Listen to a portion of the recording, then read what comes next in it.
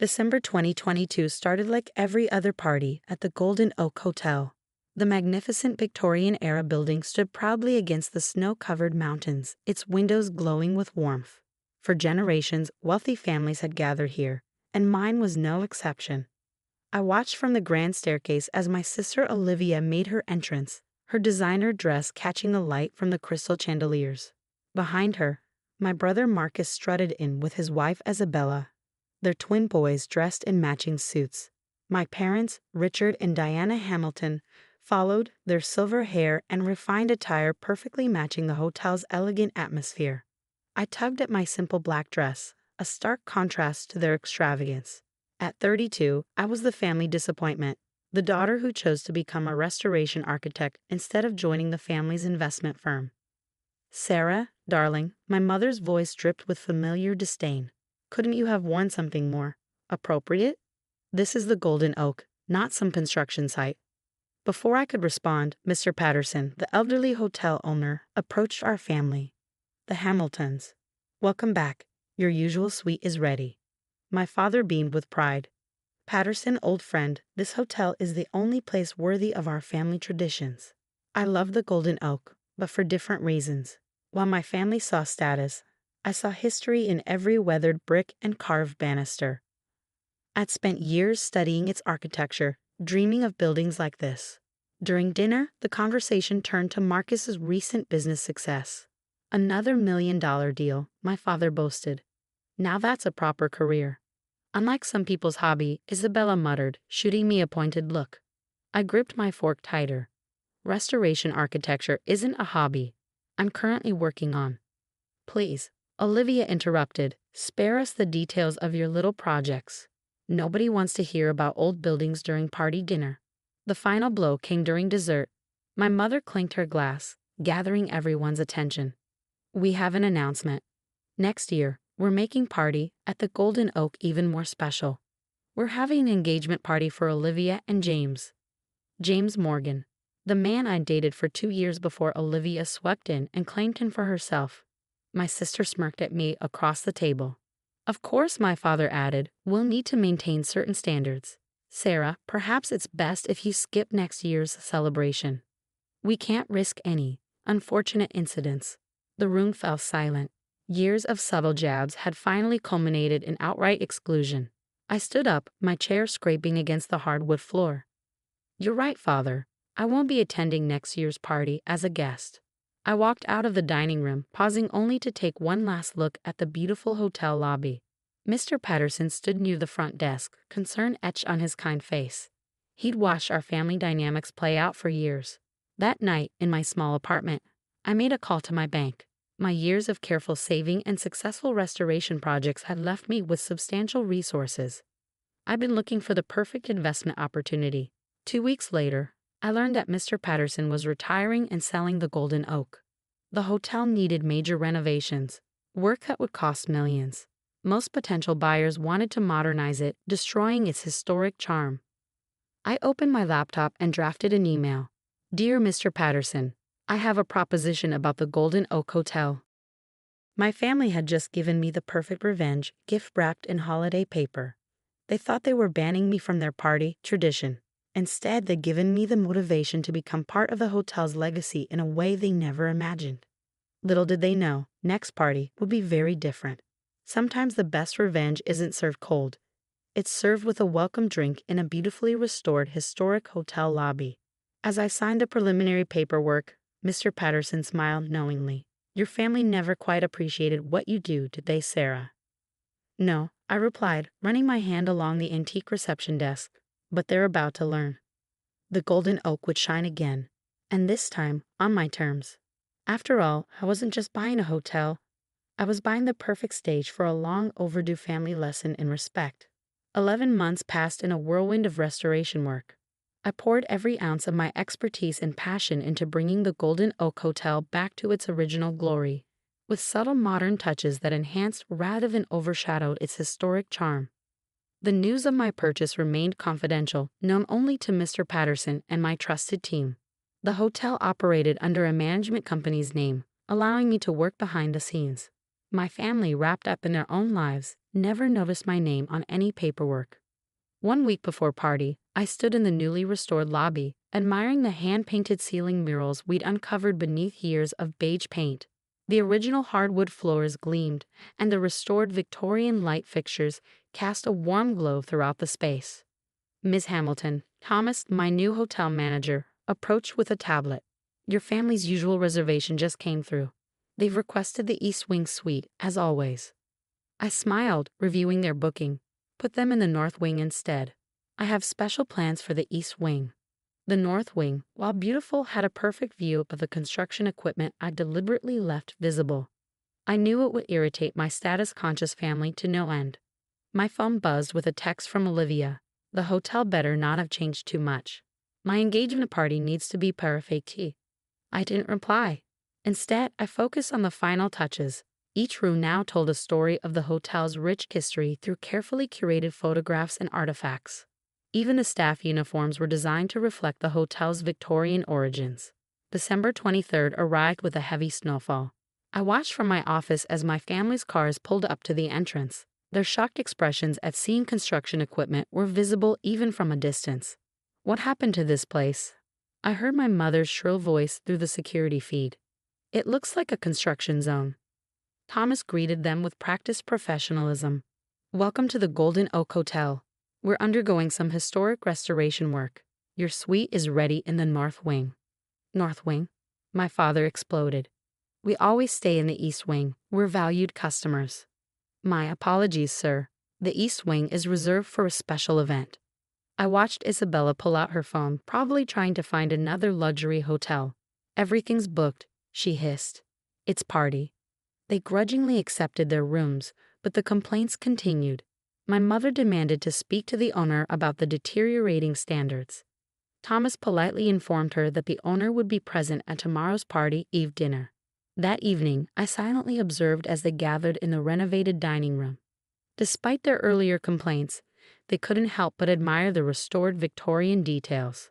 At least they kept some of the old charm, Olivia conceded, running her hand along the original wainscoting we carefully restored. Did you see the historical displays? One of Marcus's twins asked excitedly. They showed how they built the hotel in 1887. Who cares about old pictures? Isabella snapped. We need to discuss moving the engagement party. This place isn't up to our standards anymore. I smiled, knowing tomorrow would change everything. The party eve dinner was always the hotel's grandest event, and this year would be no exception. That night, I walked the halls of my hotel, touching the walls that held so many memories. In the East Wing, I checked on my surprise. A detailed exhibition of the hotel's restoration process, including before and after photos and architectural plans. My name and credentials were prominently displayed as the lead architect and new owner. On party eve morning, I received an unexpected visit from Mr. Patterson. They have no idea what's coming, do they? He chuckled, looking dapper in his suit. Not a clue, I replied. Will you be joining us for dinner? Wouldn't miss it for the world. You've done amazing things here, Sarah. This place hasn't looked this good since my grandfather ran it. As evening approached, I dressed carefully in a deep green vintage-inspired gown that perfectly complemented the hotel's aesthetic. The staff was briefed, the dining room was decorated magnificently, and every detail was in place. From my office, I watched my family enter the dining room, their faces showing reluctant appreciation for the elegant holiday decorations. They took their usual table, the same one where they'd excluded me the year before. Ladies and gentlemen, Thomas announced to the packed dining room, please welcome the new owner of the Golden Oak Hotel, who will share some words about the recent restoration. I took a deep breath and opened my office door. Sometimes the best revenge isn't just about proving others wrong, it's about proving yourself right. The stage was set, the players were in position, and I was finally ready to show my family exactly what their embarrassment of a daughter had achieved. As I walked toward the dining room, the weight of the moment settled around me like a warm blanket. It was time to unwrap my party surprise. The dining room fell silent as I walked in. My heels clicked against the restored hardwood floors, each step echoing in the hushed space. I caught my family's expressions transforming from curiosity to shock as they recognized me. Good evening, everyone. I spoke into the microphone, my voice steady and confident. I'm Sarah Hamilton, and I'm proud to welcome you to my hotel. My mother's wine glass froze halfway to her lips. Olivia's mouth dropped open, and my father's face turned an interesting shade of red. Marcus, for once, looked speechless. As many of you know, the Golden Oak Hotel has been a cornerstone of holiday traditions for countless families. When I purchased it from my dear friend Mr. Patterson, I promised to preserve its legacy while breathing new life into its historic bones. I gestured to the surrounding restoration work. Every detail you see, from the restored crown molding to the recreated Victorian wallpaper, represents our commitment to honoring this building's heritage. Isabella whispered something to Olivia, who shook her head in disbelief. My father seemed to be calculating something in his head, probably trying to figure out how I could afford such a purchase. I invite you all to join me after dinner for a special exhibition in the East Wing, where you can explore the restoration process in detail. But first, let's enjoy our party Eve dinner. I took my seat at a small table with Mr. Patterson, deliberately positioned where my family could see us clearly. Throughout dinner, I caught them throwing glances my way, whispering among themselves. Finally, my father approached my table. "Sarah, we need to talk. Privately." I smiled politely. "Of course, father. Shall we view the exhibition?" Leading my family to the East Wing, I watched their faces as they took in the detailed displays. Photos showed the careful restoration process, architectural plans bore my signature, and press clippings praised the preservation work. You did all this?" Marcus asked, studying a before and after comparison. "Every bit of it," Mr. Patterson answered for me. "Sarah's vision saved this hotel. Other buyers wanted to gut it and turn it into another soulless modern resort. My mother touched a panel showing the financial investment involved. But how could you afford? Restoration architecture isn't just a hobby, Mother. I've been successful for years. You just never bothered to notice." Olivia stepped forward, her engagement ring catching the light. "Is this why you're doing this? To get back at me about James?" I laughed genuinely. "Believe it or not, Olivia, not everything is about you. I bought this hotel because I love it. Watching your faces tonight was just a bonus." "So what now?" my father demanded.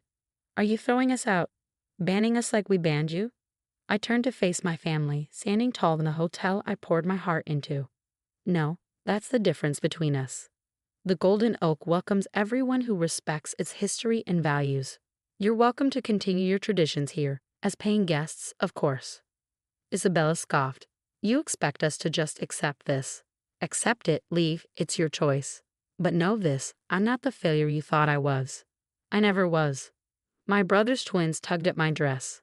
"Aunt Sarah, can you show us how you fixed the secret passage in the library?" We saw it in the display.